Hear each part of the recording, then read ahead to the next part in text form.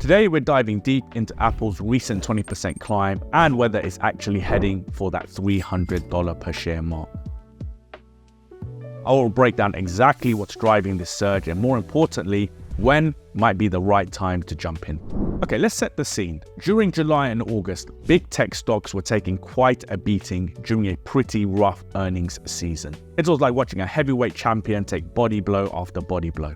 Apple wasn't immune. In fact, they saw a 17% drop after hitting their all-time high in July. But here's where it gets fascinating. They bounced back with a stunning 20% recovery, getting right back to those previous highs. And so when every man and their dog on social media was screaming market top, Apple was in fact just creating a base. During the declines of July and August, I was telling my investment community to exercise patience as stocks like Coca-Cola and Walmart were pushing up to new all-time highs when big tech was slumping, taking the indices with them. Even Warren Buffett, the Oracle of Omaha himself, got caught out on this one, dumping a chunk of his Apple shares and costing his investors billions. There's a valuable lesson here. Never blindly follow anyone, even the legends. Every investment decision needs to come from your own analysis and systematic approach. I can't stress this enough. Doing your own homework is crucial in this market. So what's behind this impressive 20% recovery? Well, there are three major factors at play. First up, their Q3 earnings report knocked it out the park, especially in iPhone, iPad, and services. We're talking about numbers that will have made analysts do a double take. Their services revenue alone hit around $24 billion. This pushed the stock price up 18%, confirming that Apple isn't just a hardware company anymore. Then there's their AI game. They're not just dipping their toes in, they're diving headfirst with new Apple intelligence tools that are revolutionizing how we interact with our devices. We're seeing AI integration across their entire ecosystem, from improved Siri functionality to enhanced photo editing capability. This isn't just about keeping up with the competitors, it's about setting new standards in consumer AI experiences. And of course, let's not forget their consistent product innovation. Those new iPhone features and upcoming releases have got investors pretty excited. But it's not just about the iPhone anymore. Apple's ecosystem has become so interconnected and sophisticated that each new product or feature adds exponential value to the whole system. Now, when we've got analysts from Loop Capital and Morgan Stanley raising their price targets to $300, we need to ask,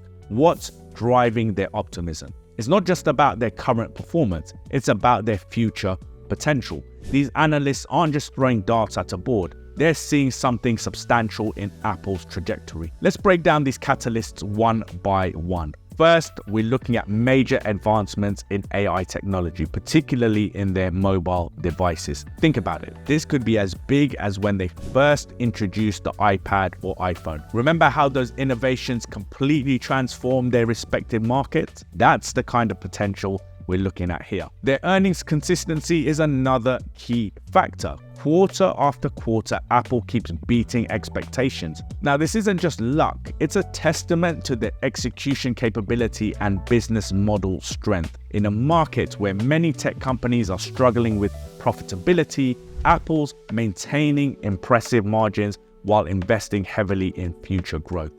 Now, let's talk history for a second, because this gives us some serious perspective. Looking back to 2005, Apple's shown us a pretty impressive pattern that you really need to understand. As mentioned earlier, Apple is currently creating a base and potentially even close to breaking out from it, which will signal the next uptrend. History shows that every time the stock breaks out of a base, it goes on a significant run. We're talking some serious numbers here. Let me break it down for you. From 2005 to 2006, we saw a 130% climb. 2006 to 2007 brought another 135% surge. 2009 to 2012 delivered an incredible 250% rise. 2017 to 2018 showed a solid 75% increase. 2019 to 2022 gave us another 215% jump. And now we're seeing a 20% climb in recent months. These aren't just random numbers. They tell us something crucial about Apple's stock behavior. The pattern is clear. Base formation,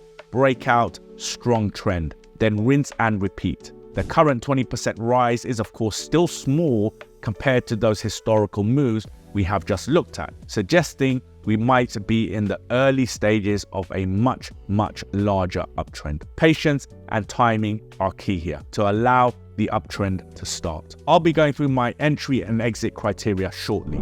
Keeping it real, Apple's facing some challenges that we need to of course address. They're dealing with a major antitrust lawsuit from the Department of Justice, and they've got some serious regulatory hurdles to clear. This isn't something to brush off. It's a legitimate concern that could impact their business model, particularly regarding App Store policies and ecosystem control. The tech sector is getting more competitive by the day, with companies like Samsung and Google pushing innovation boundaries. And let's not forget about Apple's heavy reliance on Chinese manufacturing. In today's geopolitical climate, that's a potential vulnerability that needs to be monitored. But it goes without saying that Apple's got a track record of turning challenges into opportunities. They've navigated antitrust issues before, maintained their competitive edge through innovation, and managed their supply chain like pros. Their history of adaptability is pretty remarkable when you think about it. So what's our play here?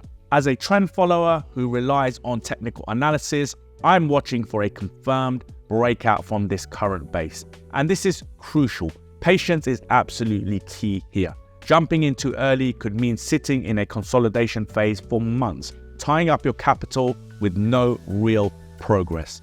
I want to see a clear series of higher highs and higher lows in price structure to confirm the trend is in play. This helps avoid those fake breakouts that can trap eager investors. Once we get that confirmation, I'll be looking to take a position with $300 as the initial target, but keeping an eye on $400 and $500 too. Risk management is crucial here.